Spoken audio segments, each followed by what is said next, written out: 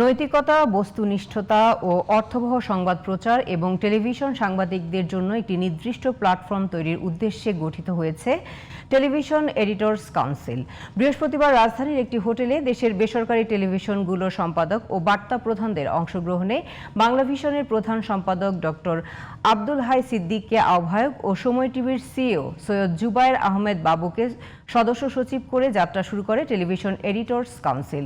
কমিটির অন্য সদস্যরা হলেন ডিবিসি নিউজের সম্পাদক লোটন একরাম, ৭১ টিভির বার্তা প্রধান ও সিইও শফিক আহমেদ, বৈশাখী টেলিভিশনের বার্তা প্রধান জিয়াউল কবির সুমন, ইন্ডিপেন্ডেন্ট টেলিভিশনের প্রধান বার্তা সম্পাদক মোস্তফা আকমল, চ্যানেল 9-এর নির্বাহী সম্পাদক ফরহাদুল ইসলাম ফরিদ, গাজী টিভির বার্তা প্রধান গাউসুল আজম বিপু ও দেশ টিভির বার্তা প্রধান মাহিউদ্দিন।